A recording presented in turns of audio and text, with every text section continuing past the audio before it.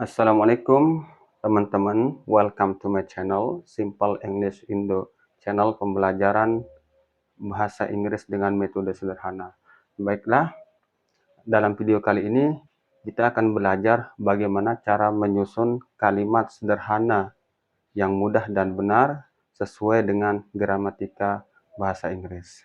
Namun sebelum kita menyusun kalimat atau membuat kalimat dalam bahasa Inggris, ada baiknya dulu kita mengenali istilah dalam bahasa Inggris yang disebut dengan class words, kelas kata. Ya, dalam istilah lain, class words ini juga disebut dengan part of speech. Sebenarnya ada 8 part of speech, tapi kali ini kita bahas 5 saja. Ya, karena 5 class words yang akan kita bahas ini adalah unsur atau komponen dasar yang sangat perlu kita pahami, kita kenali, dan bisa bedakan di antara kelas kata yang satu dan kelas kata yang lainnya. Nah, di antara class words yang perlu kita kenali adalah noun. Nah, noun ini kata yang digunakan untuk menyebut orang, tempat, atau benda. Ya, contohnya di sini ada ya, langsung ada artinya Lisa, nama orang, book, buku, cat, kucing, town, kota. Nah, terus kelas word yang kedua disebut dengan verb, kata kerja, kata yang menunjukkan kepada tindakan atau keadaan. Contohnya verb run, contoh verb run, berlari, eat, makan, sleep, tidur, go, pergi. Nah, kelas word yang ketiga disebut dengan adjective, kata sifat. Kata sifat ini digunakan untuk menjelaskan noun, ya. Ciri-ciri, keadaan, karakter. Contohnya adjektif seperti big, handsome, tampan, sad, sedih, happy, senang. Terus, kelas kata yang keempat disebut dengan adverb, kata keterangan. Kata keterangan ini menjelaskan tentang verb atau adjektif. Di mana, kapan, bagaimana. Contohnya here, di sini. Today, hari ini. Well, dengan baik. Fast, dengan cepat. Nah, dari contoh noun, verb, adjective, dan adverb ini saya rasa sudah bisa dibedakan ya, mana yang disebut dengan noun, mana yang disebut dengan verb, dan seterusnya. Dan kelas kata yang kelima disebut dengan pronoun. Pronoun ini digunakan untuk kata ganti. Misal nama saya David, menjadi kata gantinya saya. Nah, ini nanti menjadi subjek. Subjek atau pelaku ya. Nah, baiklah, ini contoh bagaimana sekarang penyusunan kalimatnya dengan menggunakan pronoun dan noun, verb, adjective, and adverb. Tapi sebelumnya kita lingkari dulu ya verb. Verb karena ini verb ini untuk kalimat yang awal sebagai contoh ini tidak boleh dipakai, tidak sesuai dengan grammar bahasa Inggris itu sendiri. Ya.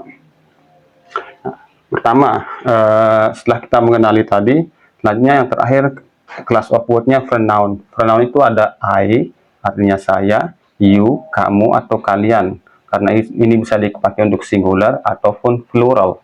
Singular artinya tunggal, dan plural itu lebih daripada satu. They, mereka, we, kami, she, dia yang dipakai untuk perempuan, he, dia yang dipakai untuk laki-laki, it yang dipakai untuk menunjukkan binatang atau benda. Ya. Dan perlu diketahui, setiap pronoun ini mempunyai pasangan yang disebut dengan be, atau ada juga yang bilang to be. Artinya be itu atau fungsinya sebagai kata bantu ya. Ya. I pasangannya am. Ini seterusnya berlaku ya. Terus you Dewi ini pasangannya are. dan she, he, it pasangannya is. Ini tidak boleh tertukar ya. Nah, terus untuk pola kalimat pertama itu, karena tadi sudah saya kasih tahu, verb itu tidak boleh. Nah, di sini kita tulis noun, adjective, adverb, karena subjek, pronoun dengan to be masing-masing ini bisa menjadi sebuah kalimat dengan susunan pronoun, be sama noun, adjective sama adverb. Untuk verbnya tidak boleh. Ini contohnya. Katanya I am a student. I kan pasangannya am. Nah, ini student masuk dalam kategori noun, kata benda. Artinya saya seorang siswa. Dan pola yang kedua, they are happy. Mereka senang atau bahagia. Happy ini masuk dalam adjektif, kata sifat, yakni keadaan atau kondisi seseorang pada waktu itu. Nah, contoh yang ketiga, she is here. Here ini kan masuk dalam kategori adverb, keterangan di mana dia berada. She is here, dia di sini. Terus selanjutnya, contoh yang terakhir, it is a book. A book ini kan masuk ke dalam kategori noun. Ya, jadi verb tidak boleh. Ya.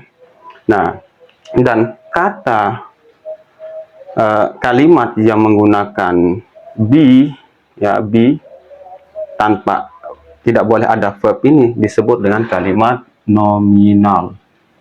Ya, kalimat yang membutuhkan to be. Simpelnya menggunakan sama dengan menggunakan be, kata bantu. Oke, itu pola kalimat pertama. Sederhana ya, dan ini susunannya seperti ini, dan ini sudah benar sesuai dengan gramatika bahasa Inggris. Nah, bagaimana susunannya menggunakan verb ya, tadi ini kan verb tidak ada, yang ada hanya noun, adjective sama adverb. Nah, kalau verb ini susunan kalimatnya langsung subject, pronoun itu I, you, they, we, she, he, it itu langsung saja ketika kita ingin membuat kalimat menggunakan verb tanpa ada be. Karena kalau ada verb nanti beda lagi, ada pembahasan khusus, itu disebut dengan simple present continuous ya. Nah, contohnya misal I run atau you run, saya berlari atau kamu berlari. They go atau we go, mereka pergi. She sleeps atau he sleep atau it sleep, dia tidur. Tidak boleh ada be di sini ya. Nah, dan ini kalimat ini juga dan kalimat ini disebut dengan kalimat verbal ya, verbal ya, menggunakan verb.